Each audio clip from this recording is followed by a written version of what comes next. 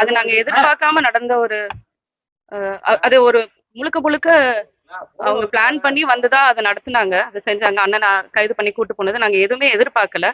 சம்மனை ஒட்ட வரும்போது வராங்கன்னு சொல்றது எனக்கு சாரி நான் சாரி நாட் குட். நான் பிரஸ் இது வரைக்கும் மீட் பண்ணதில்லை, இது மாதிரி பேசினது கிடையாது. இன்னைக்கு அவசியம் வந்துருச்சு, அதனால நான் உங்க எல்லாரையும் சந்திக்கிறேன். நான் நேத்தே சந்திச்சிருக்கணும். அண்ணனையும் என் தம்பி சுபாவையும் அங்க காவல் நிலையத்தை வச்சிருக்காங்க. அவங்க ஈகோல தான் எல்லாத்தையும் செய்யறாங்கன்றது தெரிஞ்சுதான் நம்ம அமைதியா இருக்கணும்னு நான் பொறுத்திருந்தேன். அவங்க இரவு வந்துருவாங்கன்ற ரொம்ப எதிர்பார்ப்புல தான் நான் இருந்தேன். அவங்க இப்ப ரிமாண்ட் பண்ணிட்டாங்க, நேற்று இரவு வந்து ரிமாண்ட் பண்ணிட்டாங்க. சரி, இதுக்கு மேல நம்ம பேசாம என்ன நடந்ததுன்றதை உங்ககிட்ட சொல்லிடணும். மீடியாவுக்கு நான் ரொம்ப நன்றி சொல்லணும். ஏன்னா அவங்க நான் எங்களோட சிசிடிவி கவர் பண்ணது கேட்டுக்கு வெளியே, அந்த இடப்பட்ட இடத்துல வந்து எங்களுக்கு இல்ல, சிசிடிவி கவரேஜும் இல்ல. அதை கவர் பண்ணி கொடுத்த மீடியாவுக்கு நாங்க ரொம்ப நன்றி சொல்லணும். இன்னொன்னு, சம்மன் கொண்டு வராங்கன்ற செய்தி எனக்கு வந்தது. வரும்போது சரி, அன்னைக்கும் இதே மாதிரிதான் கொண்டு வந்தாங்க, வலசரவாக்கத்துல இருந்து கொண்டு வந்தாங்க. அவரு ஊர்ல இருக்காருன்றத தெரிஞ்சுதான் வந்தாங்க. ஆனா தெரியாத மாதிரி என்கிட்ட தான் கேட்டாங்க. நான் அவங்கள காத்திருக்க சொல்லி அவர் வந்தக்கப்புறம் சந்திச்சு கையெழுத்து வாங்கி எடுத்துட்டு போனாங்க. அப்பவே வந்து சொன்னார் இவர் 2 வாரம் முழுக்க எனக்கு தேதி இல்லை அப்படின்னு. அவங்க தான் கேட்டு அந்த 27ஆம் தேதிய கேட்டு வாங்கிட்டு போனாங்க. உங்க வழக்கறிஞர்கள் வந்து அங்க வந்து எழுதி கொடுக்கட்டும், அதுக்கப்புறம் இன்னொரு தேதி கொடுத்துக்கிறோம்னு சொல்லி அவங்க தான் சொல்லி வாங்கிட்டு போனாங்க. நேத்து வழக்கறிஞர்கள் போன போது எழுதி வாங்கிக்கிட்டு உடனே அங்கிருந்து கிளம்பிட்டாங்க சம்மன் எடுத்துட்டு. ஆனா தேதி என்னன்னு அவங்களுக்கும் தெரியாது. மாதிரி வராங்கன்னு சொன்னாங்க. சரி, வந்தா இன்ஸ்பெக்டர் நம்ம சந்திச்சு பேசி சம்மனை கையெழுத்து போட்டு வாங்கிக்கலாம் தான் நான் இருந்தேன். அப்படி ஒருவேளை எங்க கிட்ட கொடுக்க விருப்பம் இல்லைன்னா வீட்டுல எல்லாரும் இருந்தாங்க, வேற யார்ட்டையாவது கொடுத்துருக்கலாம், இல்ல என்கிட்டயே அவங்க சந்திச்சு கொடுத்துருக்கலாம். அவரு ஊர்ல இல்லன்றது எல்லாருக்கும் அவங்களுக்கு நல்லா தெரியும்.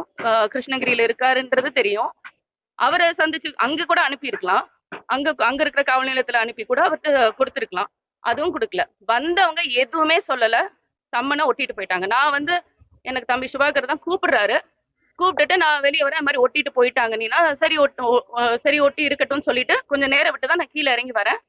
நம்ம வழக்கறிஞர் சொல்றாங்க, சரி காவல்துறை ஒட்டிட்டு போயிட்டாங்கன்னா நீங்க எடுத்துருங்க அதை அப்படின்னு சொல்றாங்க. எனக்கு அது என்ன பாலியல் குற்றம்னு போட்டு எத்தனை வருஷமா தான் இருப்பீங்க. சரி, இப்ப வந்து நீதிமன்றம் விரைவுபடுத்த சொல்லியிருக்கு.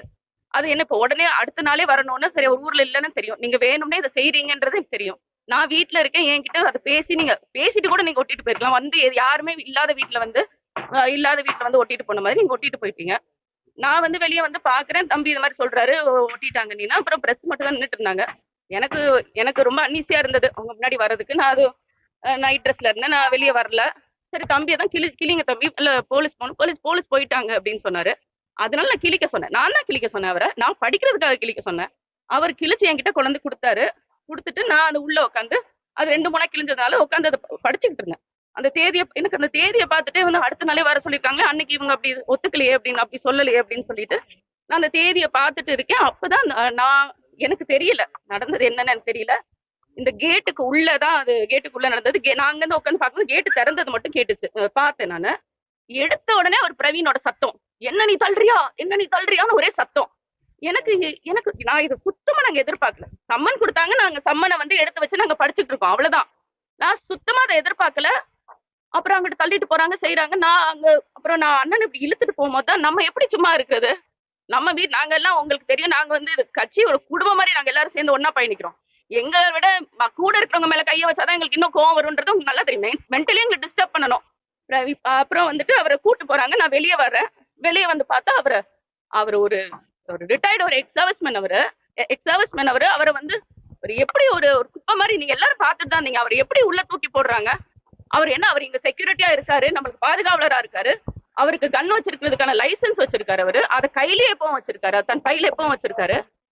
அவரை அப்படி உள்ள தூக்கி போட்டு கொண்டு போறீங்க. நான் பார்த்துட்டு நான் போறேன். எனக்கு என்ன நடந்ததுன்னு தெரியாது. நான் போய் அவர் பிரவீனை அணுகும்போது, இன்ஸ்பெக்டர் அணுகும்போது அவர் சொல்றாரு, பாருங்க என்ன நடந்தது, என்ன பண்ணிட்டாரு பாருங்கன்றாரு. அப்ப சட்ட கசங்கி இருக்கு, அது கொஞ்சம் கலைஞ்சிருக்கும். நான் அண்ணன் எதுவும் தள்ளிட்டாரு இல்ல வார்த்தை எதுவும் தப்பா பேசிட்டாரோன்ற ஒரு எண்ணத்தை தான், சரி சாரி சார் நீங்க விடுங்க சார், நான் இது அவங்க கைது அளவுக்கு கொண்டு போவாங்க, ரிமாண்ட் பண்ணுவாங்க, நம்ம அந்த மாதிரி ஒரு சூழ்நிலையே இல்லை. ஆனா இவங்க வந்து அதை ஸ்கிரிப்ட் பண்ணிட்டாங்க.